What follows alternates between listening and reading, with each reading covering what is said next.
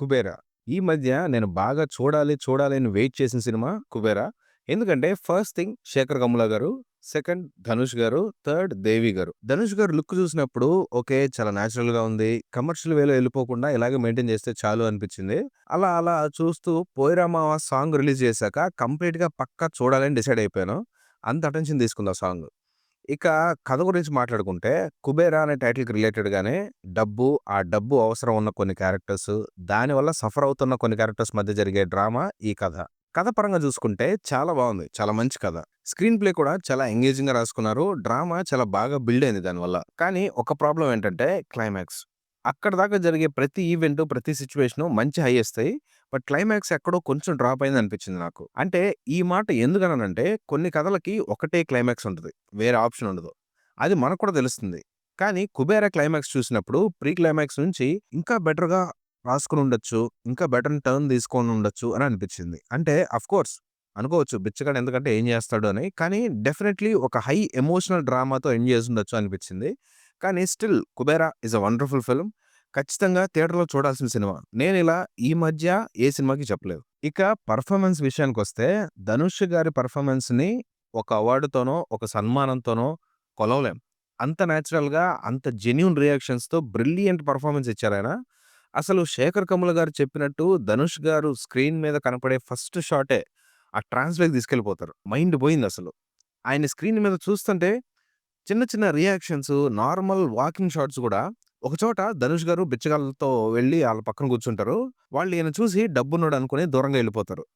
'ధనుష్' గారు బాధతో అక్కడి నుండి నడిచి ఎళ్ళిపోతూ ఉంటారు. వెళ్ళిపోతూ వెనక్కి చూస్తూ నడుస్తూ ఉంటారనమాట. ఆ ట్రైలర్‌లో గూడా ఆ షాట్ ఉంటది.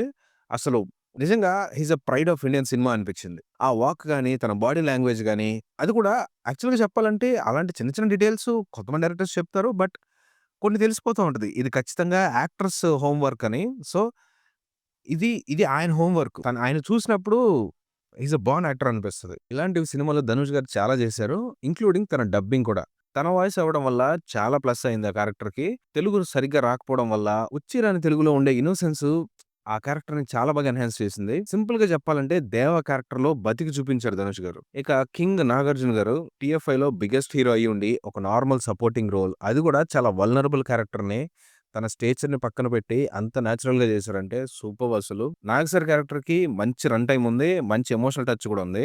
'నాగ్ సార్' పెర్ఫార్మన్స్ అయితే చాలా నేచురల్‌గా ఉంది. అద్దరగొట్టేశారు. ఇక 'రష్మిక' గారు 'అనిమల్' తర్వాత 'కుబేరాలో' చాలా చాలా బాగా చేశారు. చాలా నేచురల్‌గా వచ్చింది. క్లోజప్ షాట్స్‌లో గాని, డబ్బింగ్ గాని చాలా బాగా చెప్పారు. మంచి పెర్ఫార్మన్స్ ఇచ్చారు. 'జిమ్ షెరాఫ్' పెర్ఫార్మన్స్ బావుంది గానీ, చూసినప్పుడు ప్రొటాగనిస్ట్ అనే ఫీల్ రాలేదు. ఆ భయం, ఆ టెన్స్ ఆ క్యారెక్టర్‌లో ఉండే తను ఆ రోల్‌కి అంత ఇంపాక్ట్ ఇవ్వలేదు. అంత సెట్ అవ్వలేదనిపించింది. కానీ తన పెర్ఫార్మన్స్ మాత్రం చాలా బావుంది. ఇక డైరెక్షన్ విషయానికొస్తే బ్రిలియంట్. 'శేఖర్ కమ్ముల' గారి మూవీస్‌లో నాకు బాగా నచ్చేది ఆయన ఎమోషనల్ టచ్. ఆయన subtle way of expressing emotions అది చాలా నేచురల్‌గా, జెన్యూన్‌గా ఉంటది. అది ఎలా చేస్తారో అర్థం కాదు. ఒక మంచి సినిమా ఇవ్వాలి అన్న నిజాయితీ ఏమో మరి అది చాలా జెన్యూన్‌గా కనిపిస్తుంది స్క్రీన్ మీద. స్క్రీన్ ప్లే గాని, యాక్టర్స్ పెర్ఫార్మన్స్ గాని బ్రిలియంట్ అంతే. కానీ ఒక్క డిసప్పాయింట్‌మెంట్ ఏంటంటే క్లైమాక్స్.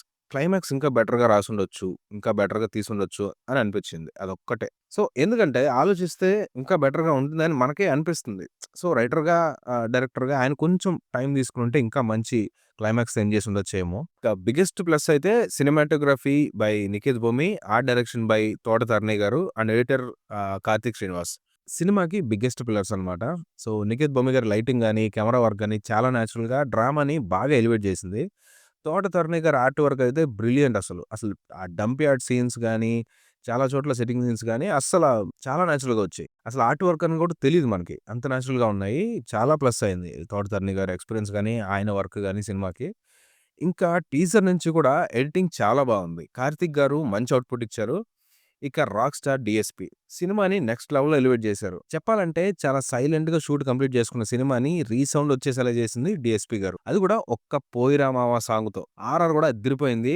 ట్రాన్స్ సాంగ్ గాని, 'పోయిరా మావ' సాంగ్ గాని, 'మదర్ సెంటిమెంట్' సాంగ్ గాని సూపర్ ఫీల్ ఇస్తాయి అసలు స్క్రీన్ మీద. ఇక లిరిక్ రైటర్స్ భాస్కర్ భట్ల గారు, నందకిషోర్ గారు, చంద్రబోస్ గారు ఫెంటాస్టిక్ లిరిక్స్ ఇచ్చారు. సినిమా పాటల పదాల్లో కనిపించేస్తుంది. సో, అంత బాగా రాశారు. సో, ఫైనల్‌గా చెప్పేదేంటంటే 'శేఖర్ కమ్ముల' గారి సినిమాకి రివ్యూలేంటండి. అదొక ఎక్స్‌పీరియన్స్. థియేటర్‌లో ఎంజాయ్ చేసి వచ్చేయాలి అంతే. ఇది మన రివ్యూ. మీకు నచ్చితే లైక్ చేసి, షేర్ చేసి, కామెంట్ చేసి సపోర్ట్ చేయండి. అలాగే సబ్స్క్రైబ్ చేసేసుకోండి. See you all in the next video.